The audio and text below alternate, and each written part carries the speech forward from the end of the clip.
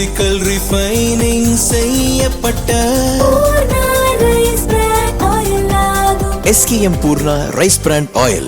பெரும்பான்மை கிடைக்காததால் கூட்டணி ஆட்சி அமைப்பதற்கான முயற்சிகளில் தாவேக நிர்வாகிகள் ஈடுபட்டு வருகின்றனர். முதல்வராக பொறுப்பேற்கும் விஜய் சென்னை ECRல் உள்ள பனையூரில் இருந்து தலைமைச் செயலகம் வருவதற்கு 1 மணி நேரத்திற்கு மேல் ஆகும். போக்குவரத்தை நிறுத்தி அவரது கார் செல்ல வழிவிட்டால் தேவையற்ற நெரிசல் ஏற்படும். இது மக்களின் அதிருப்திக்கும் வழிவகுக்கும். பனையூரிலிருந்து ஹெலிகாப்டரில் அவர் வந்து செல்ல திட்டமிடப்பட்டுள்ளது. தலைமைச் செயலகத்திற்கு வெளியே ஹெலிபேட் அமைப்பது குறித்து ஆய்வு செய்யப்பட்டுள்ளது. நேப்பியர் பாலம் அருகே கடலோர காவல்படைக்கு சொந்தமான ஹெலிபேட் உள்ளது. மறைந்த ஜெயலலிதா தேர்தல் பிரச்சாரத்தின் போது இந்த ஹெலிபேடை பயன்படுத்தியிருக்கிறார். தில்லியிலிருந்து தமிழகம் வரும் ஜனாதிபதி, பிரதமர் உள்ளிட்டோரும் இந்த ஹெலிபேடை பயன்படுத்தி வருகின்றனர். கடற்படை, கடலோர காவல்படை பயன்பாட்டில் உள்ளதால் இதை தொடர்ந்து பயன்படுத்த அனுமதி கிடைக்காது என கூறப்படுகிறது. தலைமைச் செயலக வளாகத்தில் உள்ள ராணுவ மைதானத்தில் தற்காலிக ஹெலிபேட் வசதி உள்ளது.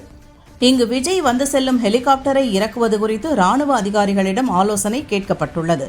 இதேபோல பனையூரில் உள்ள விஜய் வீட்டிற்கு அருகே கடற்கரையை ஒட்டிய இடத்தில் 2 இடங்களில் ஹெலிபேட் அமைக்கவும் திட்டமிடப்பட்டுள்ளது.